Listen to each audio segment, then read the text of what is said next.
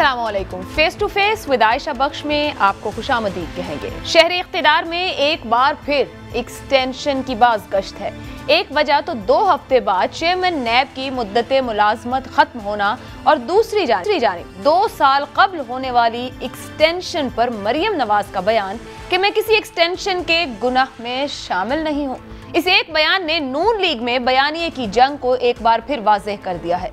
हुकूमती तर्जुमानों के मुताबिक मरियम नवाज ने यह बयान देकर शहबाज शरीफ के पांव पर कुल्हाड़ी मारी है, लेकिन चंद हलकों का ख्याल है कि इस बार कुल्हाड़ी गलती से उनके वालिद मियां नवाज शरीफ के पांव पर लग गई है। आज के प्रोग्राम में इस बयान का मंजर और पस मंजर समझने की कोशिश करेंगे। दूसरी जानिब इंतखाबी इस्लाहात को लेकर हुकूमत और अपोजिशन में डेडलॉक करीबन खत्म हो गया है और एक पार्लिमानी कमेटी बनाने पर इत्तेफाक हो रहा है। पीडीएम में रहते हुए नून लीग इस कमेटी का हिस्सा कैसे बनेगी जब मौलाना फजलुर रहमान इसकी शदीद मुखालिफत कर रहे हैं।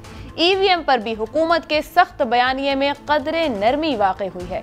इसके पीछे क्या राज है, ये जानेंगे अपने मेहमानों से जो मुझे मेहमान ज्वाइन कर रहे हैं। में हुकूमत की नुमाइंदगी कर रहे हैं सदाकत अली अब्बासी साहब, मुस्लिम लीग नून से डॉक्टर निसार अहमद चीमा साहब हमारे साथ हैं, सीनियर सहाफ़ी एनालिस्ट अवैस तौहीद साहब प्रोग्राम में हमारे साथ हैं। तीनों मेहमानों का बहुत शुक्रिया, क्योंकि पहले ये समझना ज़रूरी है कि आखिर ये जो एक्सटेंशन वाला मामला और मरियम नवाज का बयान है, ये मामला है क्या, ये बाहर क्यों दोबारा से आ रहा है। ये जो नून लीग के अंदर एक बयानिए की जंग है वो जितनी दबाई जाए उतनी खुलकर वाज़ेह होकर सामने आती है। चीमा साहब, सबसे पहले आपसे, मरियम नवाज ये कह रही हैं कि आर्मी चीफ की एक्सटेंशन के गुनाह में वो शरीक नहीं, ये गुनाह का फैसला किसका था नून लीग में? देखिए, गुजारिश ये आयशा कि पाकिस्तान मुस्लिम लीग नून मुल्क की न सिर्फ सबसे बड़ी जमात है बल्कि एक जमहूरी जमात है और इसमें कल्चर इस तरह का है कि मुख्तलिफ मामलात पे खुलकर अपनी आरा का इजहार होता है और उस मौके पर भी आर्मी चीफ के एक्सटेंशन के मौके पर भी इख्तलाफ राय मौजूद था पार्टी में।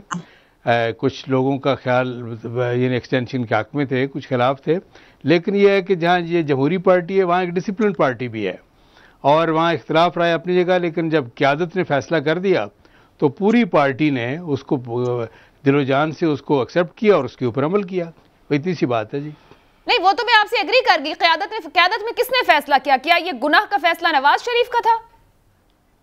नहीं, ये वो इज्तिमाई क़यादत का यानी इज्तिमाई फैसला था, क़यादत का फैसला था। नहीं, आपने कहा इख्तिलाफ राय एक तरफ जब लीडरशिप ने फैसला कर दिया, क्योंकि खुद ख्वाजा आसिफ साहब ये बता चुके हैं, ख्वाजा आसिफ साहब सर ये बता चुके हैं, पार्लिमानी पार्टी को उन्होंने बताया, वो 8 लोग जो लंदन में मियां साहब से मिले उन्होंने से आके जब बैठे सब इकट्ठे यहाँ पर पार्लिमानी पार्टी के इजलास में, ख्वाजा आसिफ साहब ने बताया कि वोट देने का फैसला मियां नवाज शरीफ का है।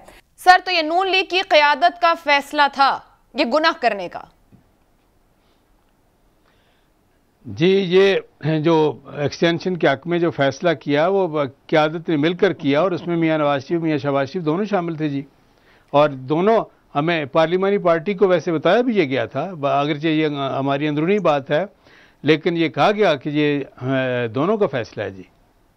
सर, तो फिर मरियम नवाज की इस जमात में है जब वो ये कहती हैं कि वो इस गुनाह में शामिल नहीं है, मतलब इस फैसले का, कायद के फैसले की ओनरशिप मरियम नवाज नहीं ले रही हैं? नहीं, देखें, गुजारिश ये है कि उस वक्त मुमकिन है उनका वो जो उन लोगों में वो जो एक्सटेंशन के हक़ में नहीं थे, जिस तरह मैंने कहा कि जमहूरी पार्टी है, मुख्तलिफ लोगों की मुख्तलिफ आरा थी, लेकिन जब क़यादत ने मियां नवाज शरीफ और मियां शहबाज शरीफ ने फैसला कर दिया तो पूरी पार्टी ने एक डिसिप्लिन पार्टी होने का सबूत दिया और सब ने उस फैसले पर अमल किया। माजरत के साथ चीमा साहब, जिसको आप डिसिप्लिन कह रहे हैं, जो खुद वो बता रही है आपकी लीडरशिप, हल्फ लिया गया उन 8 लोगों से जिनसे लंदन में मुलाकात हुई, हल्फ लेकर लीडरशिप कह रही है कि आप ये गुनाह करें, ये डिसिप्लिन हुआ? ये तो आपने उनके ऊपर मुसल्लत किया, ये कैसी जमहूरी जमात है फिर, अगर आपको हल्फ लेके कहना पड़े कि आपको इस फैसले के साथ जाना है? नहीं, जब जमहूरी पार्टी ये है कि इख्तिलाफ राय का इजहार यानी ओपनली करने का हक दिया जाता है, ये कल्चर इसी तरह का हमारी पार्टी में, और उसके बाद ये है कि जब क़यादत की तरफ से फैसला आ जाए तो उसके ऊपर फिर ये सारे अमल करते हैं। मगर सर, सवाल ये है कि वहां पर नवाज शरीफ साहब ने उन 8 लोगों से हल्फ लिया, कुरान पाक लाया गया और उन्हें कहा गया कि आपको इस फैसले के साथ जाना है, ये आपके ख्याल में दुरुस्त बात है? ये जमहूरी बात है? नहीं, नहीं, ये देखें, अब आप जज ना बने, देखें ये कि अगर सर मैं तो सादा सवाल कर रही हूँ कि अगर कुरान पाक सामने रख के हल्फ लिया जाए कि आपको मेरे इस फैसले के साथ जाना है, क्या ये जमहूरी बात है, ये दुरुस्त बात है? नहीं, आपकी आजादाना राय है सर कि जिनसे नहीं, मेरी गुजारिश ये है कि जब जिन लोगों से अगर मैं तो वहां मौजूद नहीं था, लेकिन अगर हलफ लिया गया, चलो सदाकत साहब से पूछ लेती हूँ। सदाकत साहब नहीं, जी फरमाइए अगर हलफ लिया गया, जिनसे हलफ लिया गया है, हाँ। अगर उनको एतराज नहीं है तो आपको क्यों एतराज है जी? सर खुल के आके बोले फिर वो 8 लोग कि हम ये हल्फ दे रहे हैं, इस बात पे दे रहे हैं, बंद कमरों में क्यों लेते हैं, खुले आम ले लोगों के सामने, फिर जमहूरी भी ना कहे खुद को।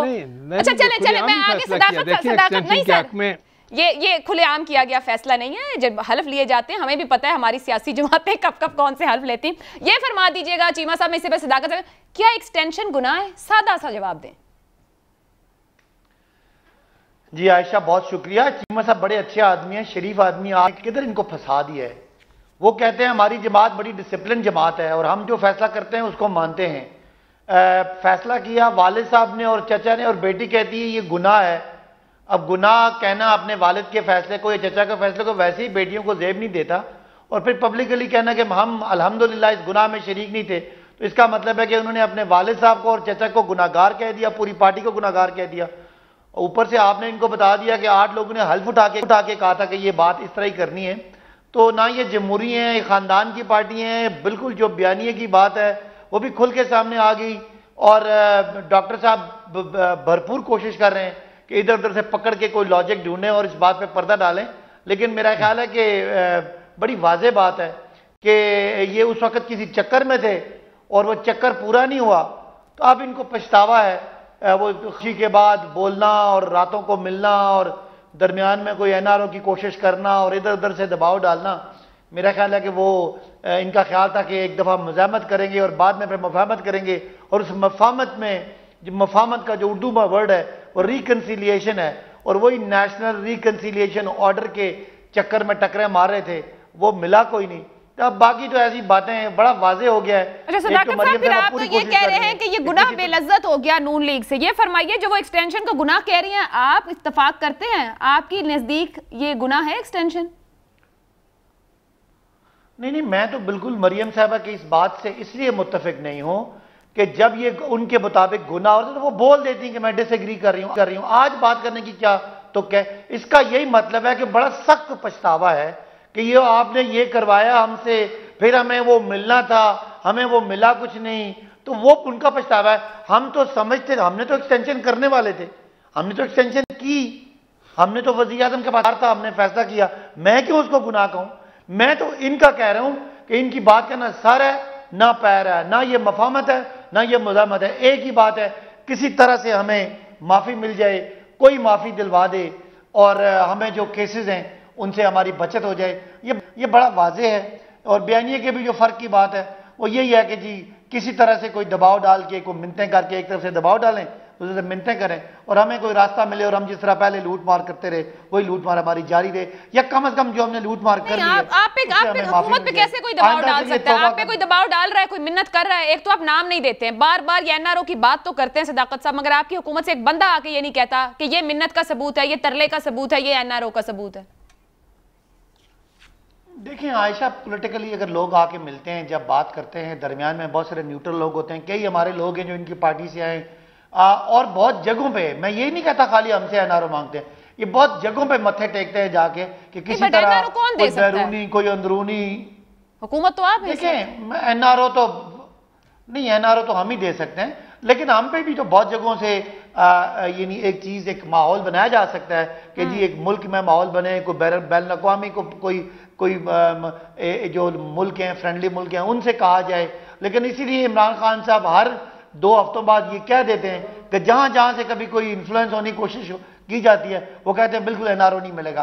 तो ये इनका मसला ही सिर्फ इतना है कि ये पिछले 25-30 साल जो लूटा है, जो करप्शन की है, जो मनी लॉन्ड्रिंग की है, जो अभी भी शहबाज साहब पे अभी भी केस है 25,000 मिलियन की मनी लॉन्ड्रिंग का, वो उनसे इनको पता है कि अगले साल 1.5 साल में इनको सजाएं हो जानी है। सियासत तो सियासत, इनकी जो पैसे वाली रियासत है वो भी डूब जाएगी। तो ये अपनी जो इनकी स्टेट है, फाइनेंशियल स्टेट, उसको बचाने की सारे सर आते हैं जी आपके ये शहबाज शरीफ और कॉन्फ्लिक्ट ऑफ इंटरेस्ट की तरफ भी आप अभी भी कह रहे हैं साल 1.5 साल में सजाएं, आपके 3 साल गुजर गए, 1.5 साल बाद इलेक्शन है, कुछ देख लीजिएगा। वैसे तो साहब ये जो मरियम नवाज साहब को रिकवरी का नोटिस आ गया, आपको खुश तो होना चाहिए, आयशा खुश तो हो जाए, कौम को मुबारकबाद दें, जीएनएन के नाजरीन को कि नवाज शरीफ साहब की करप्शन का 1 अरब 85 करोड़ रुपया रिकवरी की तरफ जा रहा है। अवाम खुद खुश होगी, आपको पता चल जाएगा, अवाम की जेब भारी होगी तो पता चलेगा ना, अवाम तक तो ट्रांसलेट ही नहीं हो रहा कुछ भी। उर्दू का मुहावरा है भागते हुए चोर, आपको उनके जाने का पता नहीं चला, इधर आपने उनको वैक्सीनेशन करवा दिए, यहाँ पे वो पता नहीं चला, वो तो मजे में है। अवाम से पूछो कौन सी वैक्सीन जाली हो गई, और मैं कहता हूं ये जाली काम किया कि बड़े गलत लोग हैं।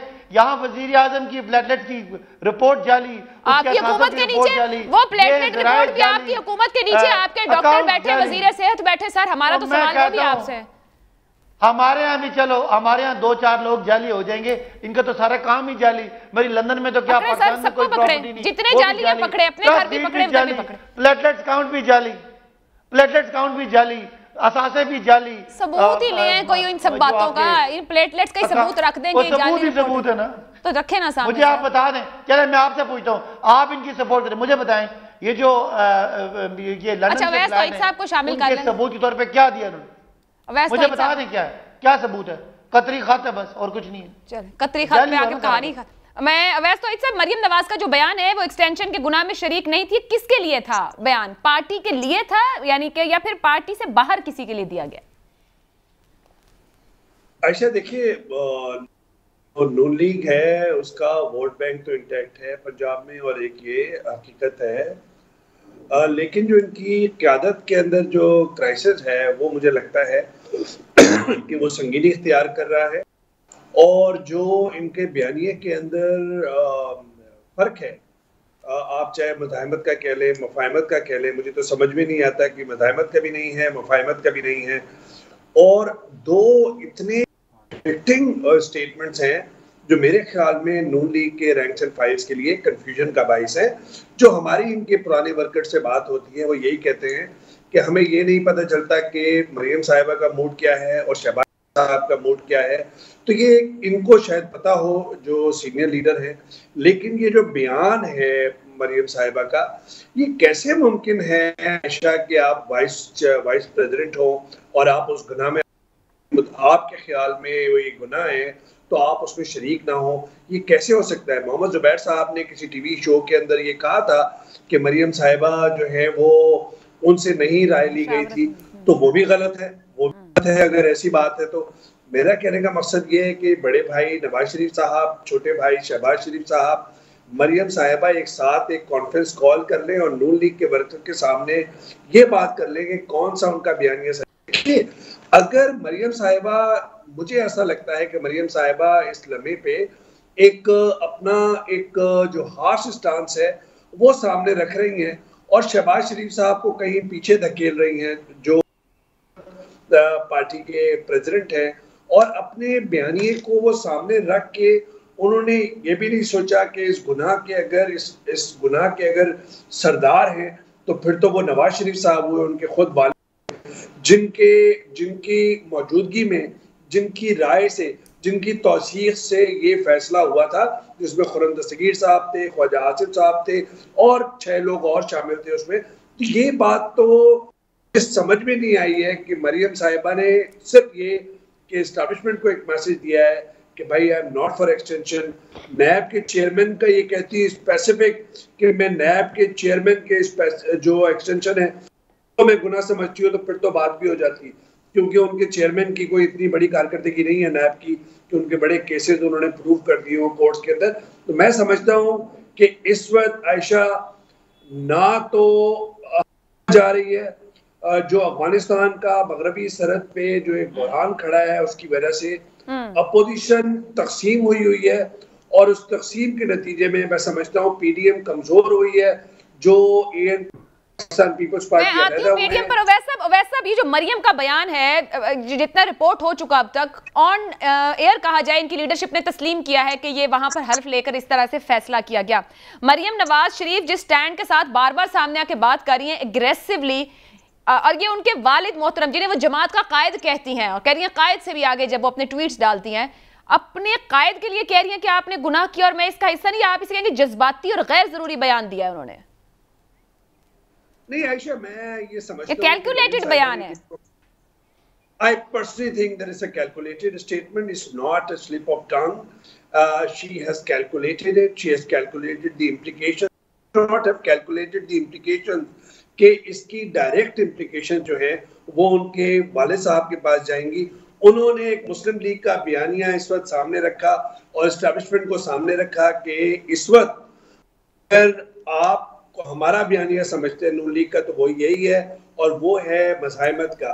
और उसमें ये भूल गई कि उनके जो चचा हैं शहबाज शरीफ साहब, वो कभी अपने भाई के पैर पकड़ने के बात कर रहे होते हैं कि वो जलसे के अंदर जो है कोई दूसरी बात करते। तो मैं समझता हूँ कि इनका अगेन ये पंजाब के अंदर इनका जो वोट बैंक है वो इंटैक्ट है और वो ना सिर्फ तहरीक इंसाफ की हुकूमत के लिए बल्कि कहीं ना कहीं एस्टैब्लिशमेंट के लिए भी एक तल्ख हकीकत है। और मुस्तकबिल के अंदर मरियम साहिबा इसी कार्ड को इस्तेमाल करते हुए ये अपना तुर्श जो लहजा है, गुनाह का लफ्ज जो इस्तेमाल किया है उन्होंने, मैं समझता हूँ ज़बान है।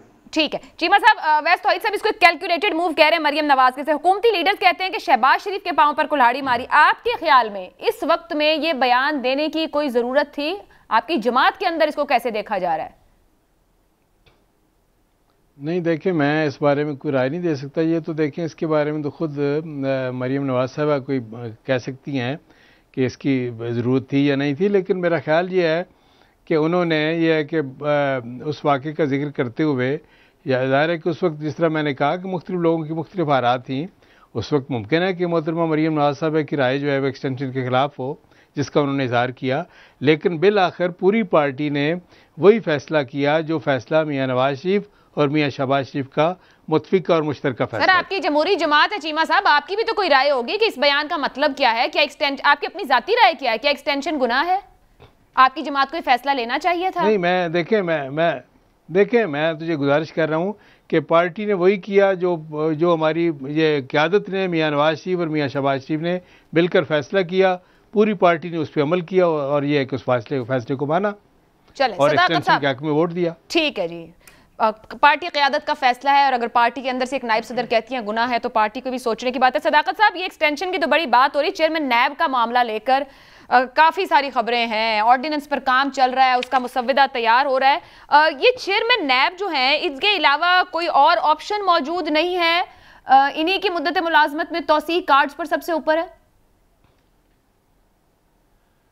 देखिए आयशा, अभी पहली बात है फैसला नहीं हुआ और वो ये 3-4 दिनों में फैसला हो जाएगा कि इन्हीं की एक्सटेंशन की बात करनी है या कोई नया रखना है। लेकिन एक बड़ा टेक्निकल इशू है कि अगर हमने कोई नया चेयरमैन लगाना है तो उसके लिए हुकूमत का और अपोजिशन लीडर का, लीडर ऑफ द हाउस का और अपोजिशन लीडर का इत्तेफाक होना ज़रूरी है। आप सोचें वो क्या इखलाकी मयार होगा कि शहबाज शरीफ साहब जो खुद नैब के मुलज़म हैं और उन पर बेपनाह केसेस हैं और वो नैब को मतलूब हैं, उन पर बहुत सारी जगह पे रेफरेंसेस दायर हुए हैं, बहुत जगह पे वो ज़मानत पे हैं, और वो तय करेंगे कि नैब का चेयरमैन जो है वो कौन होगा। तो ये जिन्होंने भी आइन और कानून में ये चीज़ डाली थी, उन्होंने पत्नी सोच के डाली होगी कि कौम का इखलाकी मेयार उधर पहुँच जाएगा कि कौम से लोग वो आगे सामने आएंगे जिनका कोई इखलाकी स्टैंडर्ड होगा, जो मुल्क के लिए काम कर रहे होंगे। यहाँ मसला ये है कि बदकिस्मती ये है कि अपोजिशन ने उस आदमी को अपोजिशन लीडर बना दिया है जो बेचारा खुद अपोजिशन क्या करेगा, वो अपनी तारीखें भुगत रहे। तो अब हमें तो ये किसी कीमत पे कबूल नहीं है कि शहबाज साहब बतौर एक मुलज़म ये तय करें कि उनकी के मुलज़िम बाज़ जगहों पे वो इंडाइटेड हैं, तो वो ये तय करें कि जी उनको उनका इन्वेस्टिगेशन का जो हेड है इंक्वायरी का वो कौन होगा। तो इस हवाले से दो ऑप्शन हैं, एक तो ये कि कानून में कोई तरमीम कर ली जाए और वो कानून की तरमीम है जो भी है वो आइन और कानून के दायरे में रह के की जाएगी, कोई गैर आईनी काम नहीं होगा। सदाकत साहब, एक ब्रेक की इजाजत दीजिएगा। आपने अखलाकियात की बात की है, कॉन्फ्लिक्ट ऑफ इंटरेस्ट का फैसला भी आपने कर लिया है, तो ऐसे बहुत से सवालात खुद हुकूमत की तरफ भी आते हैं, लेकिन आप अखलाकियात की बात कर रहे हैं। नैब कवानीन में गुंजाइश नहीं है एक्सटेंड करने की टाइम को, और अगर आप कानून साजी नहीं करेंगे तो ऑर्डिनेंस लाएंगे और उसकी क्या फिर अखलाकी बन जाती है। इस पर बात करते हैं ब्रेक के बाद।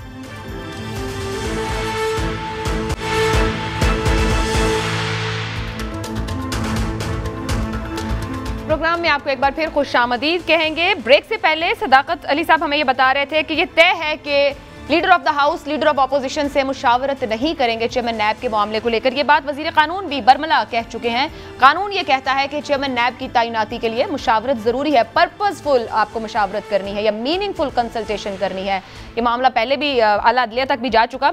सदाकत साहब, फिर आप किस तरीके से मौजूदा चेयरमैन नैब को लेके जाएंगे? ऑर्डिनेंस लाने की खबरें हैं, उसके मुसव्वदे पर काम हो रहा है, तो फिर आपकी नीयत पर जब अपोजिशन उंगली उठाएगी सर। आयशा, पहली तो मैंने ये बात की है कि शहबाज साहब से नैब के चेयरमैन पे कंसल्टेशन करना ऐसे ही है जैसे आप किसी मुल्जिम से कहें कि उसकी मर्जी का एसएचओ या उसकी। सदाकत साहब, माजरत के साथ ये आपकी सोच और राय है या फैसला है? क्योंकि एक कानून है और एक हमारी सोच हो सकती है, हमारी राय हो सकती है, एक कानून है। अब सुन लेना, मैं फरमाइए फरमाइए, पहले आप मेरी बात सुन लेना, फिर मैं कानून पे आता हूँ। एक तो ये बात है, इखलाकी तौर पे इसका कोई जवाब नहीं है। कोई और काबिल एहतराम अपोजिशन लीडर आ जाए जो खुद नैब को मतलूब ना हो, फिर तो हम कह सकते हैं कि हम उसकी बात सुनेंगे। अब उसका रास्ता भी है। अब रास्ता ये है कि एक तो कानून में तरमीम हो सकती है, वो जो उसकी वन टाइम वाली बात है उसको एक्सटेंडेबल कर सकते हैं, और फिर वो जो उसमें लाइनें चेंज करनी है।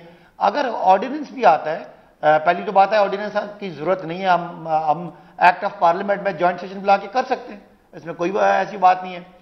और दूसरी बात ये कि अगर कोई ऑर्डिनेंस भी आता है तो क्या ऑर्डिनेंस कोई आपके लिए कोई गैर आईनी बात होगी है, कोई गैर अखलाकी बात होगी है? आप देख लें ऑर्डिनेंस मुस्लिम लीग नून के दौर में कितने हुए, पीपल्स पार्टी के दौर में कितने हुए, और ऑर्डिनेंस आपका दौर काफी आगे है वैसे। क्या फिर पार्लियामान का क्या फायदा सर? फिर पार्लियामान का क्या फायदा सदाकत साहब? मुशावरत से नहीं कुछ होगा।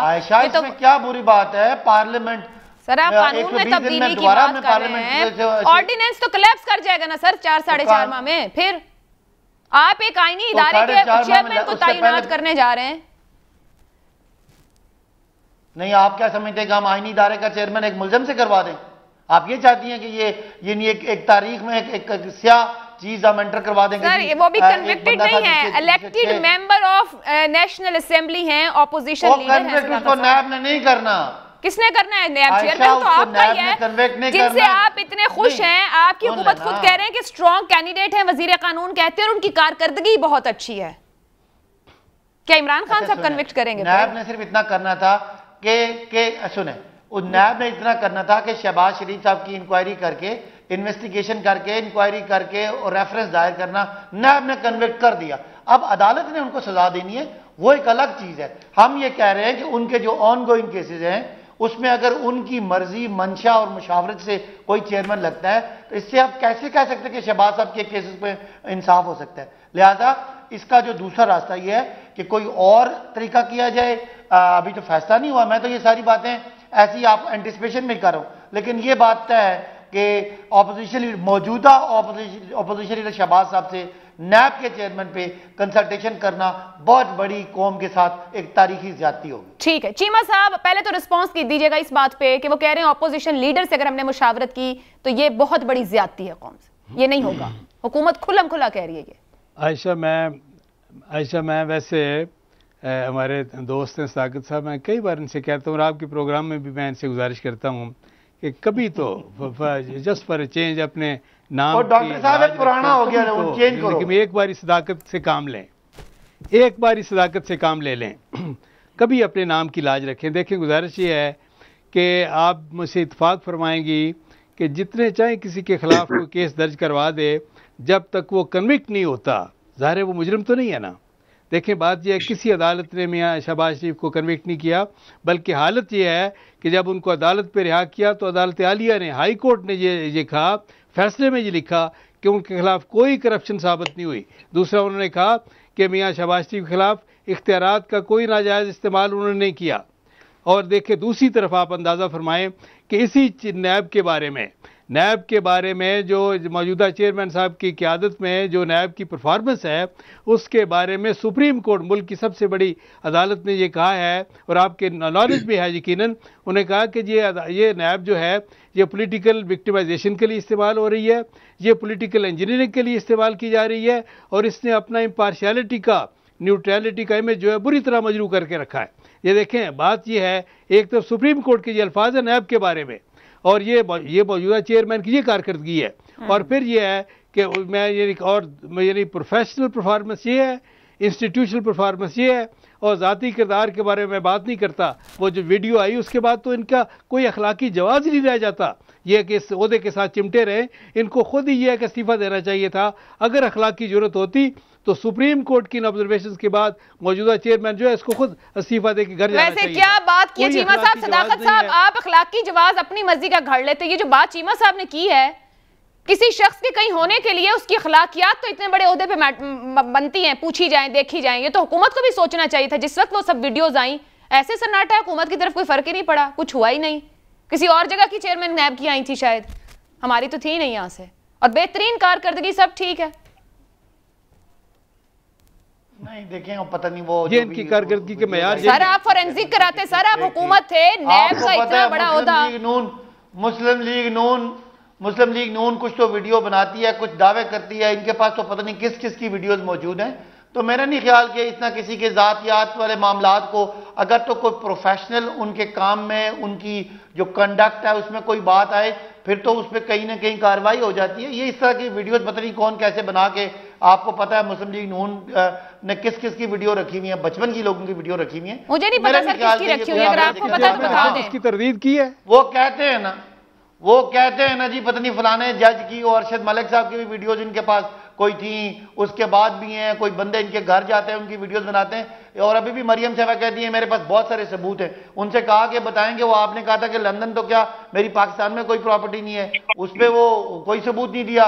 नवाज शरीफ को सजा होगी, अब वो कहती है मेरे पास एक वीडियो है। चीमा साहब, अगर हुकूमत ये कानून साजी कर लेती है तो आप इसकी हिमायत करेंगे या नहीं? चीमा साहब, अगर हुकूमत ये चेयरमैन नैब की तौसीक को लेकर कानून साजी करती है तो नून लीग का स्टैंड क्या होगा? हिमायत करेंगे, क्या करेंगे? बात आयशा के इस तरह के शख्स को तो इस ओहदे से फौरन बरतरफ करना चाहिए। मैं ये गुजारिश कर रहा हूं कि जो वीडियो आई उसके बाद ना नैब के चेयरमैन ने उसकी तरदीद की, ना ये है कि उनको कोर्ट में लेके गए। जैसे है कि जिस मीडिया पे चली, मीडिया उस पे जिस चैनल पे चली, क्या उनको ये है कि उनको वो कोर्ट में लेके गए? सर अब वो तो आपके हाथ से वक्त निकल गया ना। अब आपके लिए सवाल ये है कि अगर हुकूमत कानून साजी करती है, तौसीह करती है मुद्दत में, तो आपका लाहे अमल क्या है? या वो भी अभी सोचना शुरू करेंगे? नहीं, ये ऐसे शख्स को देखें जिसके बारे में मैं फिर कह रहा हूं कि मुल्क की सबसे बड़ी अदालत जो है, अदालत उज़्मा सुप्रीम कोर्ट, उसके बारे में कह रही है इसी चेयरमैन की नून लीग की हिकमत अमली क्या होगी? कोई आवाज है आप लोगों की इस मामले पर? नून लीग इसको पूरी तरह रेजिस्ट करेंगे, मुखालफत करेंगे, मुजामत करेंगे, इंशाअल्लाह चैलेंज करेंगे आला अदलिया में।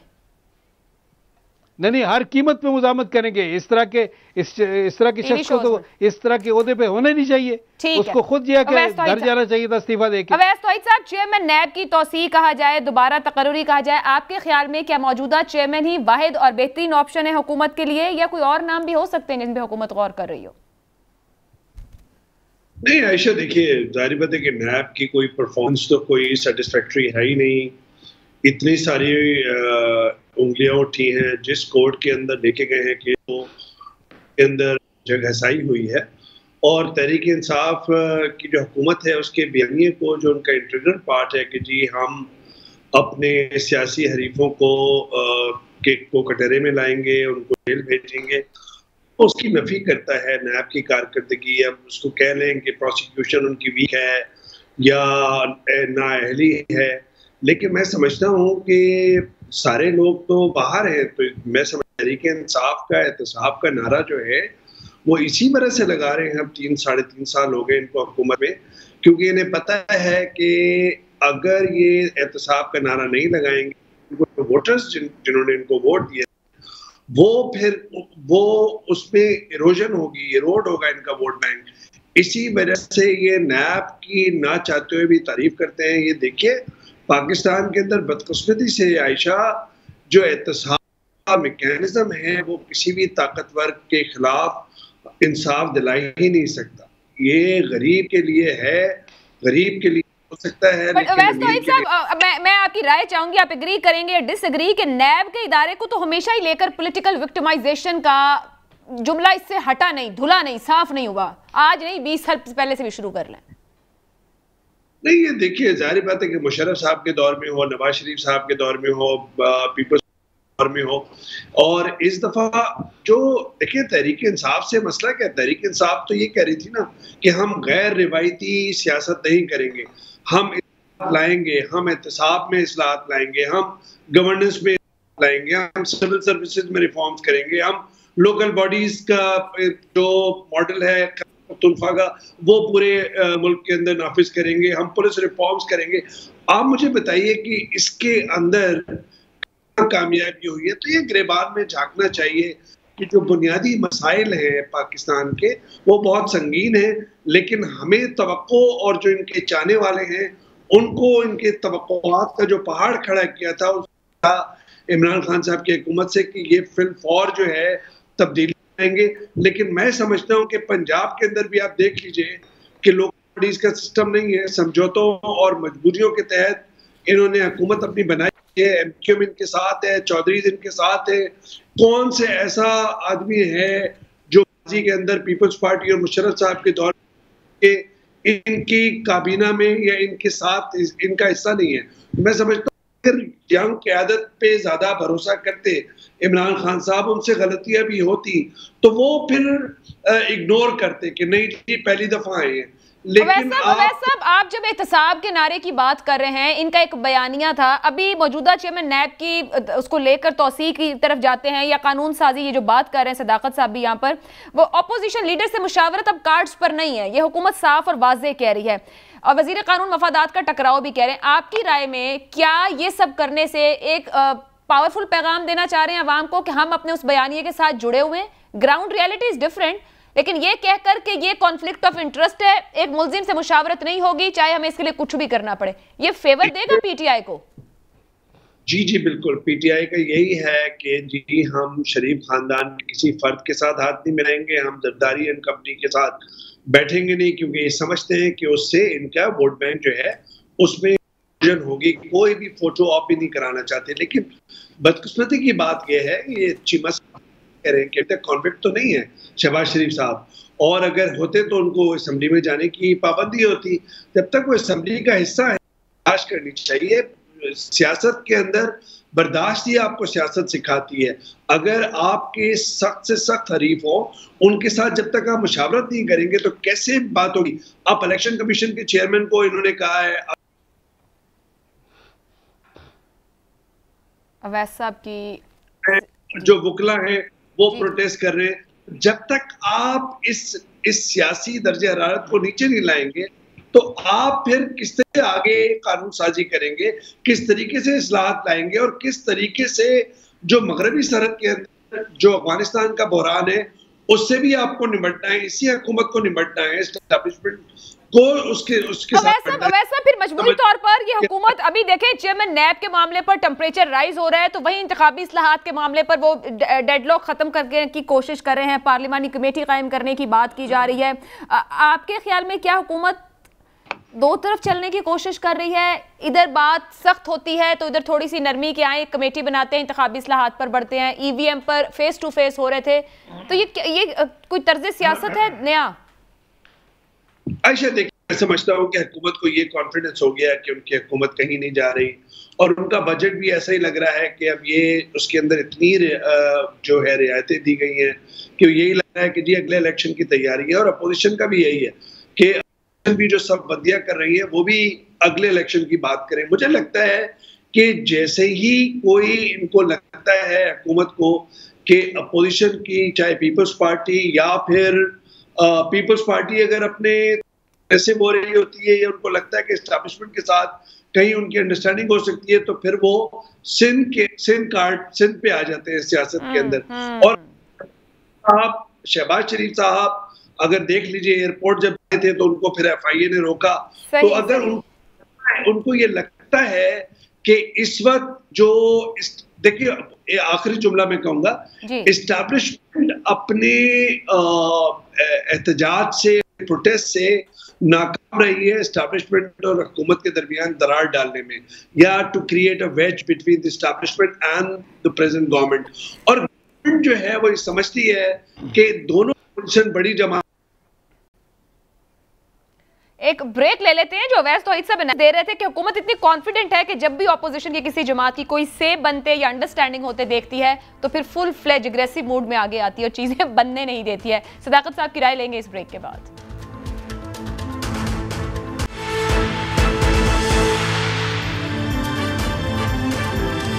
प्रोग्राम के आखिरी हिस्से में एक बार फिर खुशामदीद कहेंगे। सदाकत साहब, इंतखाबी इस्लाहात का डेडलॉक क्या वाकई ख़त्म हो गया है? आप कोई ब्रेक थ्रू चाहते हैं कि कोई कानून साजी हो इंतखाबी इस्लाहात को लेकर, या फिर एक बहाना है कि मेज़ पे साथ बैठें और फिर एनआरओ की कहानियां शुरू हो जाएं आपकी जानिब से?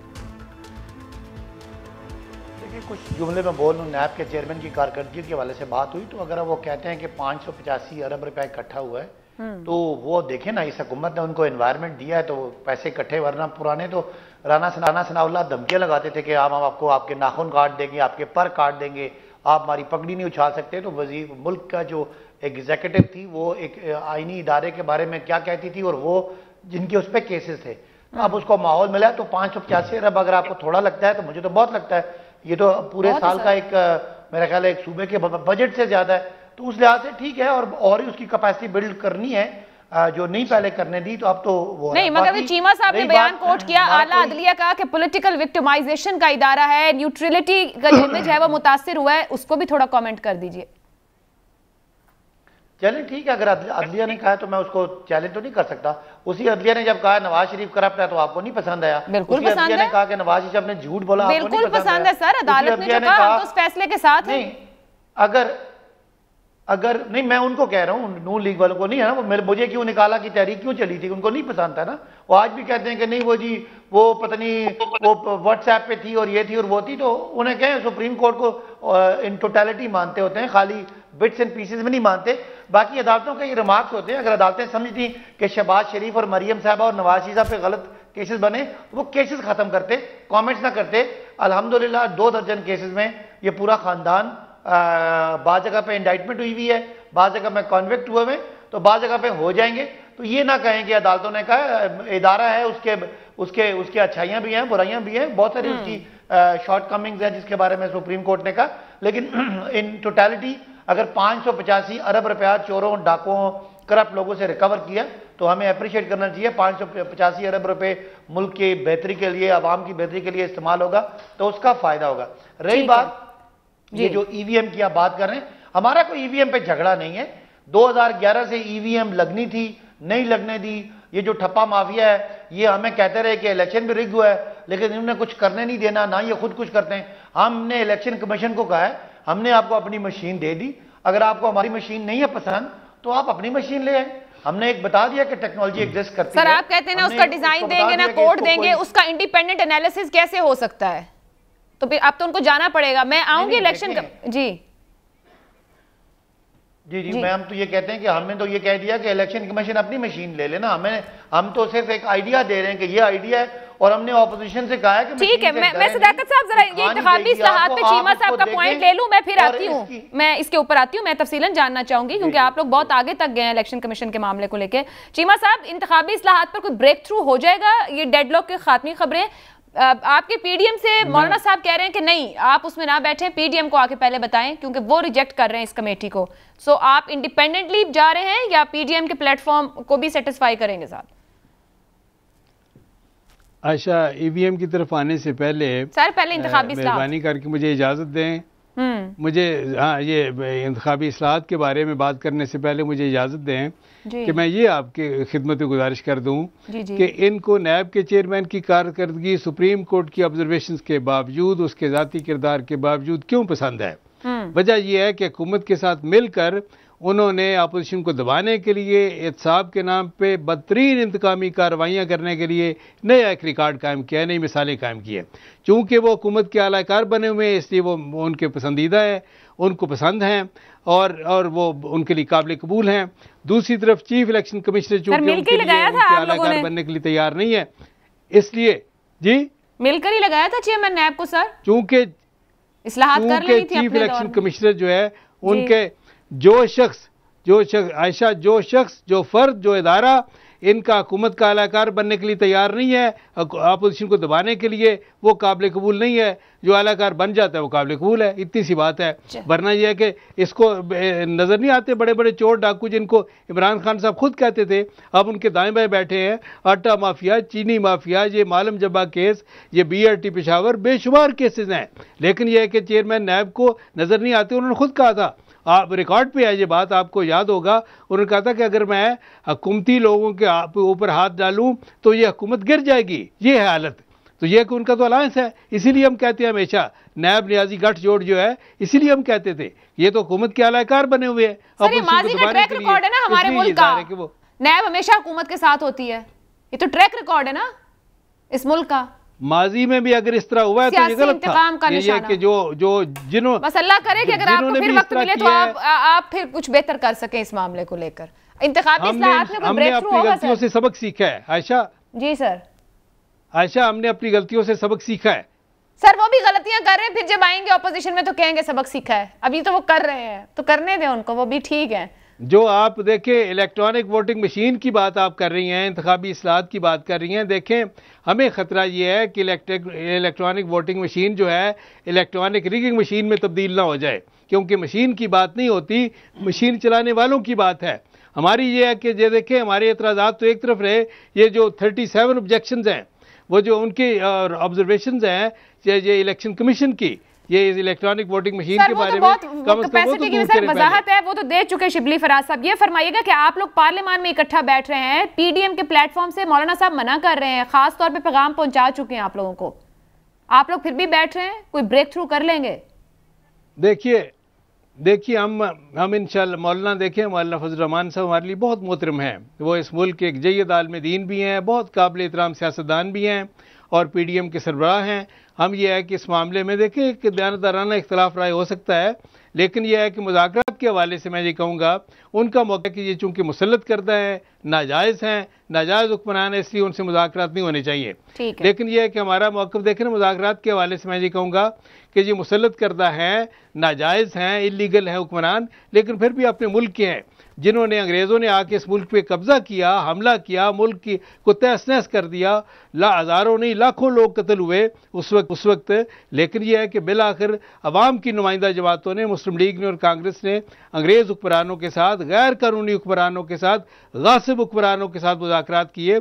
अभी अफ़गानिस्तान पर अमरीका का कब्ज़ा था, तो अफ़गानों ने एक तरफ जंग आज़ादी लड़ रहे थे, दूसरी तरफ अमरीका के साथ जो हमलावर थे, जो गासिब थे, उनके साथ मुज़ाकरात भी किए। तो इसका मतलब है कुछ ना कुछ तय कर लेंगे आप लोग, कोई ना कोई गिव एंड टेक हो जाएगा कानून को लेके। मैं हम इंशाल्लाह मौलाना को भी, जेयूआई को भी इंशाल्लाह मना लेंगे, ले आएंगे आप पार्लियामेंट। ठीक है सदाकत साहब, ईवीएम का मामला लेकर आप लोगों ने चीफ इलेक्शन कमिश्नर पर वुज़रा ने बहुत आगे तक के जाके बयानात दिए, ये जो आप उन पर तनकीद कर रहे हैं कि वो मर्जी से सब चाहते हैं, तो दिख ऐसा रहा है कि हुकूमत को भी इदारों के ऊपर लोग अपनी मर्जी के चाहिए, जो फैसले हुकूमत की मर्जी के करते हो। नहीं आयशा, हमें क्या मर्जी क्या करना, हम सिटिंग गवर्नमेंट हैं, अगर कोई रिगिंग होगी तो आने वाली इलेक्शन में हमें ही फायदा होगा अगर हम आज बैठे हुए हैं। और आप लोग कहते हैं कि जी वो इदारा भी हमारे साथ है, वो भी हमारे साथ है, तो हमें क्या जरूरत पड़ी है, हम क्यों चीख रहे हैं? हम थोड़ी कह रहे हैं कि कोई आप समझती हैं कि कोई इतनी हुकूमत इतनी कम अकल हो सकती है कि वो को फॉल्टी मशीन बना के दे देगी और कल खुदा न खासा सर आजम सवाती साहब और फवाद चौधरी साहब ने जैसे बयानात दिए जिस पर ईसी की तरफ से एक्शन लिया गया, नोटिस दिया गया कि जवाब दें और सबूत दें, क्या कोई हुकूमत इतनी अकलमंदी के बयानात दे सकती है? और आके कहा गया ये काबीना के फैसले और बयानात है, क्या कोई हुकूमत ऐसी अकलमंदी के काम करेगी? देखें वो उनके बयान वही डिफेंड करेंगे, लेकिन बहरहाल मैं तो आपकी राय पूछ रही हूँ, मैं तो आपकी सर राय जो है मैं राय दे रहा हूँ ना, मेरी राय सुने, मैं राय दे रहा हूँ ना। हुकूमत समझी थी कि इलेक्शन कमीशन का जो रवैया हमें जानेदाराना लग रहा था इस मामले में, बजाय कि वो इस सारे कमिटमेंट को जो उनको पार्लियामान ने दी थी उस कमिटमेंट को पूरा करते, हमें लगा कि वो इससे जरा कोई यानी एक परसेप्शन निकला जब उनकी तरफ से प्रेस रिलीज आना शुरू हो गई, उनकी तरफ से सोशल मीडिया की सोशल मीडिया के जरिए राब्ता होना शुरू हो गया और वो मीडिया खेलना शुरू हो गए। उस हवाले से जाहिर है हुकूमत वक्त है, उसकी तरफ से रिस्पॉन्स आया, लेकिन अब चीजें बेहतरी की तरफ जा रही है और हमारा एक ही मकसद है कि जो नून लीग जिस तरह हमेशा कहती है धांधली हुई है, इनको समझ नहीं आ रही। अगर माजी में धांधली हुई है उसका बेनिफिशियरी नून लोग पीपल्स पार्टी रहे, हम कभी भी बेनिफिशियरी रहे, और हम इसके बावजूद चाहते हैं कि हमारे होते हुए इलेक्टोरल रिफॉर्म्स हो जाए ताकि आइंदा पाकिस्तान में ये इशू हमेशा के लिए खत्म हो जाए। और हम ये जितना मर्जी आए बाएं जाएं करें, हम इसको खत्म करके छोड़ेंगे। उसके लिए हमें इसको खत्म करके छोड़ेंगे कि हमारे पास सपोर्ट, अक्सर धांधली को, इस शोर शराबे को, इस बेईमानी को और बेईमानी के बहाने को ठीक है, अवैस तौहीद साहब पाकिस्तान में एनालिसिस दीजिएगा, इनको मौका नहीं देंगे। ठीक है, इंतखाब ये कह रहे हैं इनको तो आज तक किसी कोई बेनिफिशियरी नहीं बने, ये किसी धांधली के, जबकि ऑपोजिशन का ख्याल 2018 को लेकर मुख्तलिफ है। अवैस साहब, ये जो इंतखाबी इस्लाहत कमेटी बनी है इसका एनालिसिस कीजिएगा, साथ ही ये जो कह रहे हैं कि परसेप्शन बन गई थी चीफ इलेक्शन कमिश्नर को लेकर, अब चीजें थोड़ी टोन डाउन हुए हैं, बयानात आपने भी देखा होगा। मजमूई तौर पर आप क्या समझ रहे हैं, ये हुकूमत सक्सेसफुल रहेगी ईवीएम इन्फोर्स करने में अगले इंतखाबात में, या कुछ और छोटी मोटी इस्लाहात हो जाएंगी, टाइम लगेगा ईवीएम के लिए? आयशा, बदकिस्मती से आने वाले इलेक्शन के भी जो है वो तनाज़ात का शिकार रहेगा, और दोनों अपोजिशन की जो बड़ी जमात है और तहरीक इंसाफ की हुकूमत है या हुक्मरान जमात है, इसके दरमियान कोई मशावरत कामयाब नहीं हो सकती, क्योंकि दोनों जो तरफेन हैं वो एक की एग्जिस्टेंस, जो पॉलिटिकल एग्जिस्टेंस निगेट करते हैं। तहरीक इंसाफ की हुकूमत कहती है कि भाई ये सारे चोर हैं, लुटेरे हैं, डाकू हैं, और इनका जो 20 मिलियन का वोट है वो सारा चोरी का है। और उधर नून लीग और पाकिस्तान पीपल्स पार्टी वाले समझते हैं कि इस्टेब्लिशमेंट लेकर आई है और इनका मैंडेट स्टॉलन है। अगर इतना इख्तलाफ हो, इतने तजादात हो, तो मुझे बताइए आयशा के नुकसान में कौन है? अवाम है, जिन्होंने इनको पार्लियामेंट पहुंचाया है, और पार्लियामेंट के अंदर ऐसी कौन सी कानून साजी हुई है? तो मैं समझता हूं कि 1-1.5 साल है हुकूमत के पास, जो इस्लाहात लेकर आनी है वो लेकर आए, लेकिन जब तक अपना रवैया नरम नहीं करेंगे उस वक्त तक ये दर्जा हरारत कमजोर नीचे नहीं आएगा, और दर्जा हरारत नहीं होगा तो फिर ये अफरा तफरी रहेगी। आने वाले इलेक्शन भी ना इलेक्ट्रॉनिक मशीनों पे कोई इत्तफाक हो सकेगा। बदकिस्मती है, टेक्नोलॉजी जो है वो उसके इस्तेमाल को तो कोई मना नहीं कर रहा, लेकिन इस्तेमाल का फुकदान और इन दोनों के दरमियान इतने बड़े तदादात हैं कि हम और आप उसको पीछे को आ सकते। अच्छी, ठीक है, बहुत बहुत शुक्रिया तीनों मेहमानों का। हुकूमत रवैया नरम किए बगैर कोई तामीरी नताइज हासिल कर सकेगी, ना कानून साजी कर सकेगी। मुझे इजाजत दीजिए, अल्लाह हाफ़िज़।